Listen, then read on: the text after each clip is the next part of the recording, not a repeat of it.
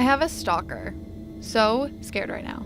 Tweets from 16-year-old Hannah Truelove shortly before she was murdered in 2012. Hannah was a typical, teenage girl, high school student. She went to Gainesville High School. She had lots of friends and seemed to be pretty popular in school.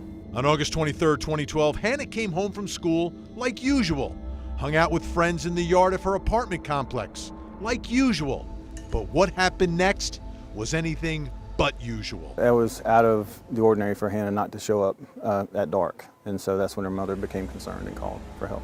Sometime that evening, Hannah went into the woods next to her apartment. I feel she came to this location with somebody voluntarily, somebody that she knew. Hannah was never seen alive again. A walker found her body the next day. She was stabbed several times. Because of a storm the night she was killed, a lot of evidence was washed away. And she was submerged for probably a couple of hours. And it washed away a lot of our blood evidence, if not all of it. The burden to get justice for Hannah is squarely on my shoulders and the shoulder of my co-lead at the GBI. The original investigator is still on the case looking for her killer. And tonight, he's setting the record straight on some myths surrounding Hannah's murder.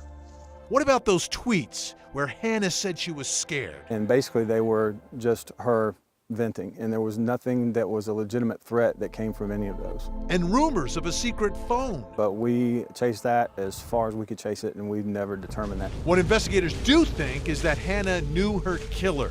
They also think there may have been more than one person in the woods that night. Who we try to reach are not necessarily the person that had the knife in their hand, but anybody that was present and maybe would be less culpable and didn't have as much responsibility, but was just there, maybe in a situation that they didn't want to be in. Police need that person to come forward and provide long-awaited closure for Hannah's family. I think about Hannah all the time.